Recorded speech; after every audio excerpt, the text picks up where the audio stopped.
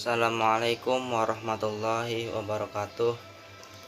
Perkenalkan, nama saya Bahtiar Maulana dari Tadris Matematika kelas 2A. Di sini saya akan membacakan kitab Ta'lim Muta'alim pada pekan kelima materi ke-30. Bismillahirrahmanirrahim. Wa yambaghi li thalibil ilmi an la yajlisa qariban minal ustadzi inda sabqi bi ghairi daruratin bal yang bagi ayyakuna bainahu wa bainal ustadzi qadrul qausi wa innahu aqrabu ila ta'zimi. Dan semestinya bagi pelajar hendaklah tidak duduk terlalu dekat dari guru ketika belajar dengan tanpa kebutuhan mendesak. Bahkan semestinya hendaklah ada jaraknya antar pelajar dan guru seukuran busur, karena sesungguhnya lebih mendekatkan kepada penghormatan. Jadi di sini intinya santri tidak patut duduk dekat gurunya ketika mengaji kecuali darurat, tapi sepatutnya ada jarak antara santri dan guru kira-kira sepanjang busur panah. Hal ini semata-mata untuk menghormati guru.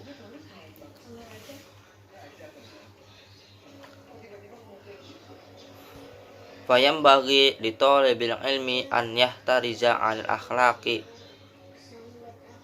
adami mati fa innaha kilabun maknawiyatun. Dan semestinya bagi pelajar untuk memperhatikan akhlak-akhlak dari tercela, karena sesungguhnya anjing maknawi. Jadi santri harus meninggalkan akhlak yang tercela, karena akhlak tercela itu ibarat anjing yang samar.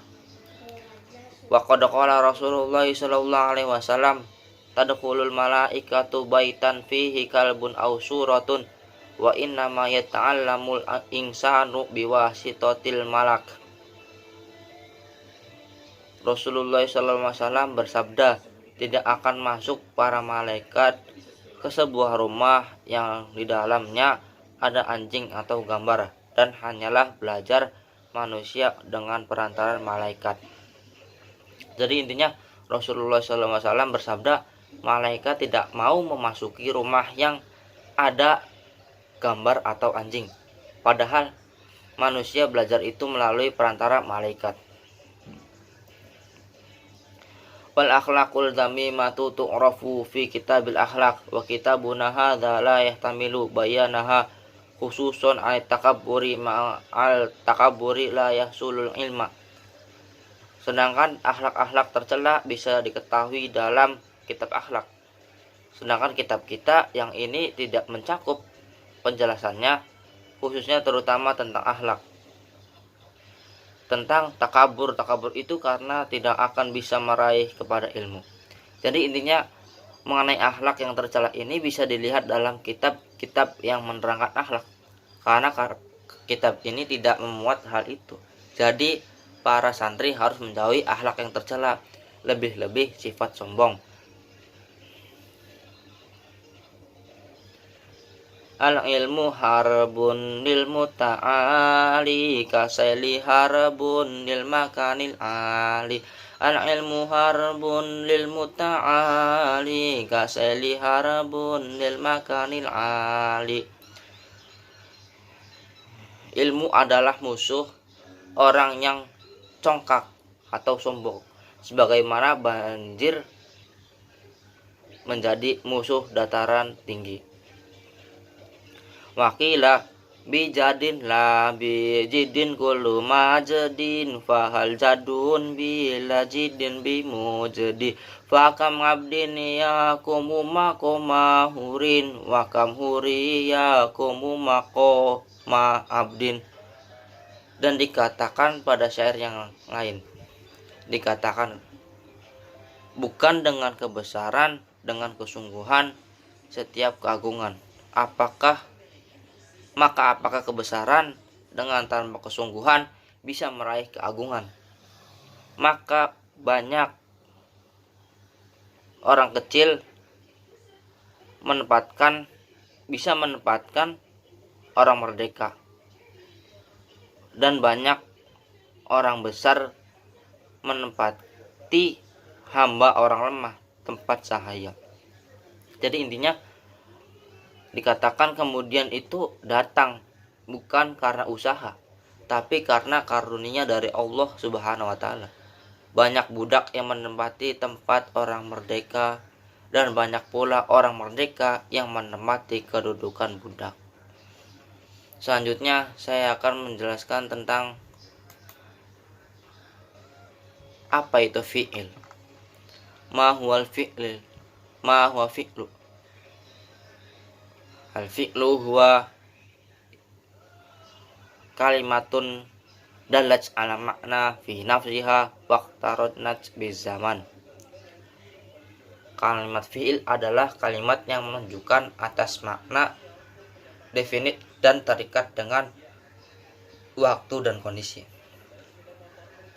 Dalam kaidah bahasa Indonesia, kita mengenal kalimat fi'il dengan kata kerja atau verba.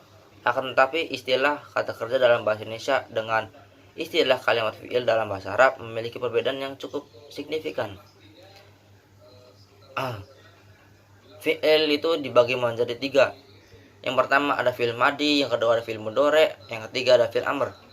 Apa sih itu fi'il madi? Fi'il madi huwa kalimatun dalat al makna wa zamanin mado wa qata'a. Fi'il madi adalah kalimat yang menunjukkan suatu pekerjaan pada masa yang telah berlalu atau masa lampau. Contohnya,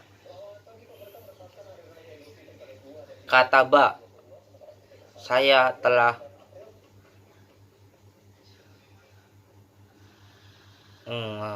qara'a, saya telah membaca. Kataba, saya telah menulis. Doroba, saya telah memukul.